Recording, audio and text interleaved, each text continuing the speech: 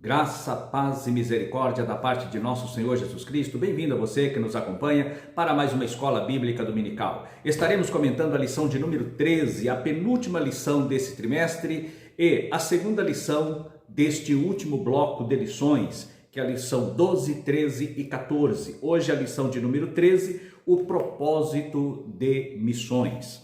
Esse que vos fala é o pastor Antônio Dias, somos aqui de Americana e já convido você para que, se ainda não for, inscreva-se no canal, registre aí o seu gostei e vamos para mais um comentário nesta pré-aula que será ministrada presencialmente no dia 24 de dezembro, se o Senhor assim permitir. A nossa lição, que é a penúltima, ela vai tratar sobre o propósito de missões. Qual o propósito de missões? Primeiramente, aqui na nossa perícope, que está em Apocalipse capítulo 5, versículos de 9 a 14, o versículo 9 diz o seguinte: E cantava um novo cântico, dizendo: Digno és de tomar o livro, de abrir os seus selos, porque foste morto e com teu sangue compraste para Deus homens de toda tribo, língua, povo e nação. O que esse versículo, ele registra a vitória da igreja. O propósito de Deus cumprido através da sua igreja.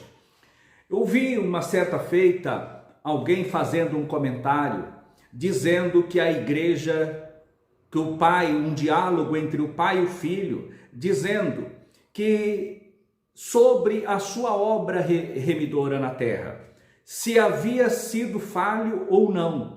Ele dizia, mas eu deixei 12, e se eles falharem, deixei a minha igreja. E fala, mas a sua igreja falhou. Então, o Senhor Jesus tinha também falhado no seu propósito. Isso é uma colocação psicológica bem colocada de uma heresia absurda.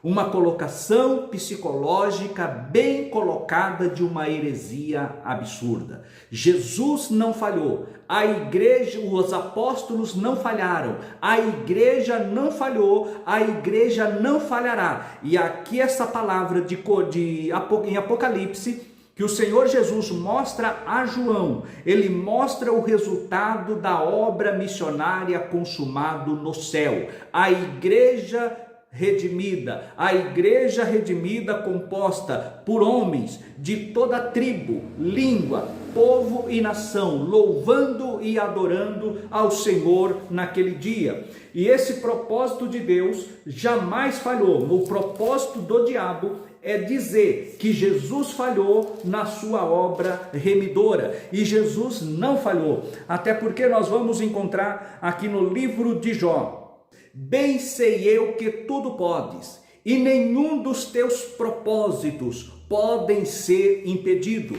Se nenhum dos propósitos de Deus pode ser impedido, o propósito de Deus em salvar a humanidade, em juntar para si homens de todo povo, tribo, língua e nação, não falhou e não falhará. Nós estamos vendo aqui em Apocalipse 5 e 9 a confirmação da vitória da igreja na terra.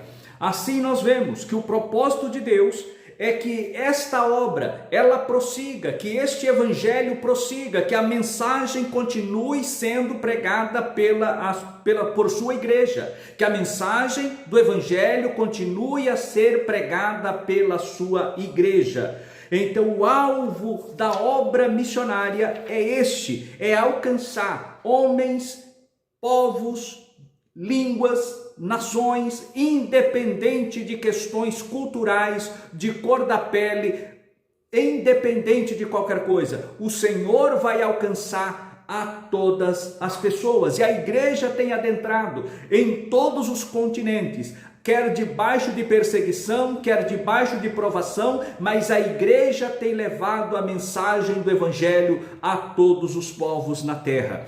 Vemos ainda que este propósito não é um propósito institucionalizado, que somente uma grande instituição possa realizar esta obra. O que aprendemos na lição anterior, o modelo de missões de Antioquia. O que foi Antioquia? Antioquia foi um marco na história da igreja, foi um marco na história da igreja de Cristo na terra. No capítulo 11 aqui de Atos dos Apóstolos, nós vamos encontrar que chegaram em Antioquia, olha só, e havia entre eles alguns varões, chíprios, cirinenses, os quais, entrando em Antioquia, falaram aos gregos, anunciando o Senhor Jesus. E a mão do Senhor era com eles, e grande número creu e se converteram ao Senhor. Um grande número creu, de gregos, de pessoas gentílicas,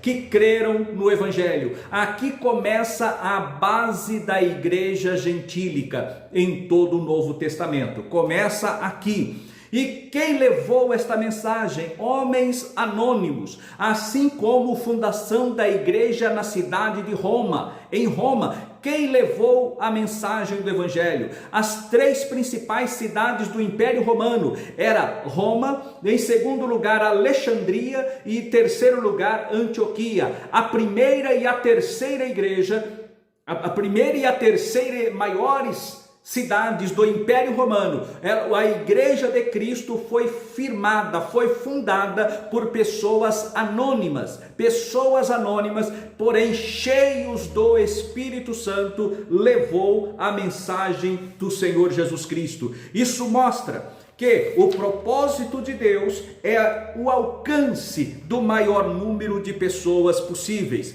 E nós vemos que esses anônimos, eles verdadeiramente, como lá em Atos, nós vamos aprender que no versículo 20, ou melhor, no versículo 26 de Atos 11, que pela primeira vez os discípulos foram chamados cristãos. O que é ser cristão? Aquela igreja era uma igreja, como falamos na lição anterior, uma igreja policultural, com muitas culturas que formavam aquela igreja. Era uma cidade promíscua, uma cidade devassa, uma cidade vendida à idolatria e à prática da prostituição. E agora, estas pessoas que ouviram o Evangelho mudavam a sua vida, mudavam a maneira de viver. E agora, estas pessoas, elas estavam diferentes, elas haviam cumprido na prática o que João havia ensinado.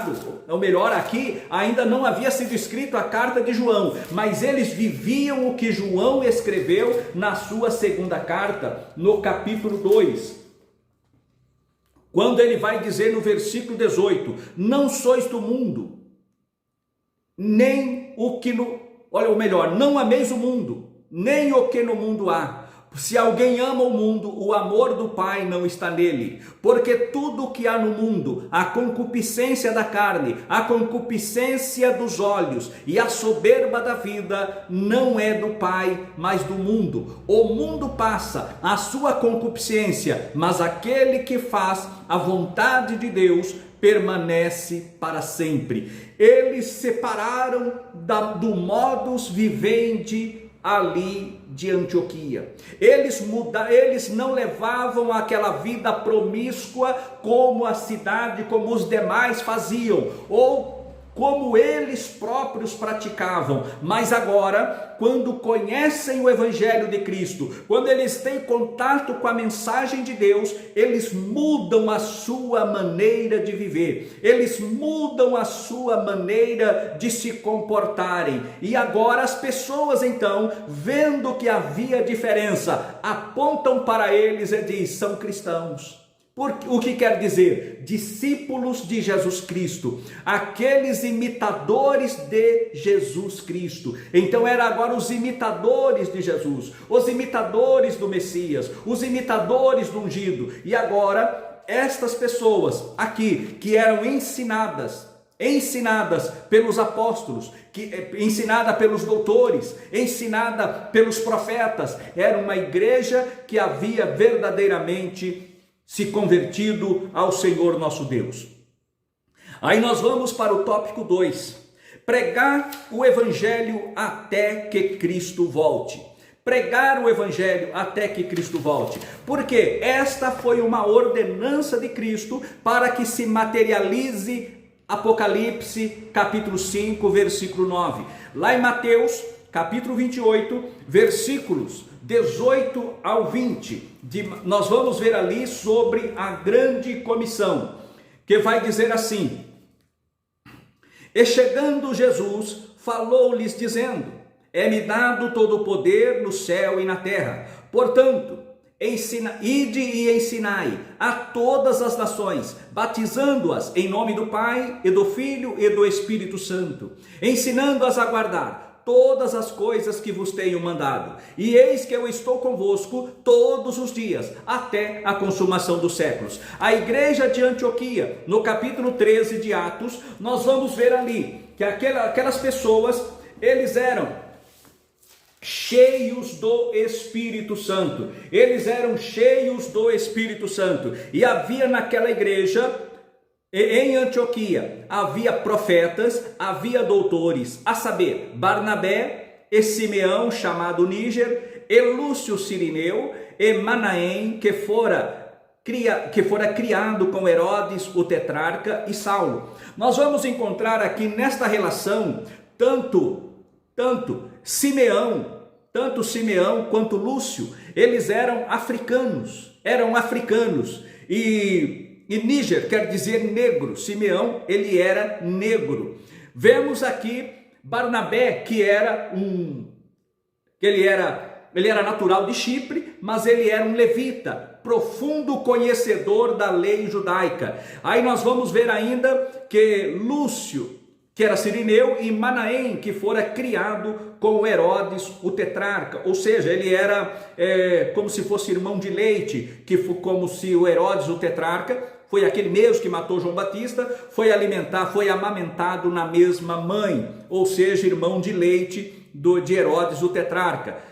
Mostra que uma pessoa culturalmente elevada. E por outro lado, Saulo, que era um fariseu, que aprendeu aos pés de Gamaliel, que conhecia profundamente a lei judaica. Aqui nós vemos que esta igreja de Antioquia cumpriu o que diz Mateus capítulo 28. Ide e ensinai, não somente pregai, mas também ensinai. Em Marcos, no capítulo 16, nós vamos ver a mesma situação, onde o evangelista Marcos, ele vai dizer o seguinte, capítulo 16 e o versículo 15, ao contrário. Ele disse-lhe: ide por todo o mundo, pregai o evangelho a toda criatura. Quem crer e for batizado será salvo, mas quem não crer será condenado. Esses sinais seguirão aos que crerem. Em meu nome expulsarão demônios, falarão novas línguas, pegarão na serpente, se beberem coisa mortífera não lhes fará dano algum. Imporão as mãos sobre os enfermos e os curarão. Aqui nós vemos esta mensagem de poder. Ela cumpriu na vida de Paulo, na primeira viagem missionária juntamente com Barnabé. As pessoas eram curadas. Nós vimos ali que até a roupa dos apóstolos curava, o lenço de Paulo expulsava demônio. Nós vamos ver ainda que Pedro, as pessoas colocavam camilhas para que onde Pedro passasse, a sua sombra alcançasse aqueles enfermos e eles eram curados.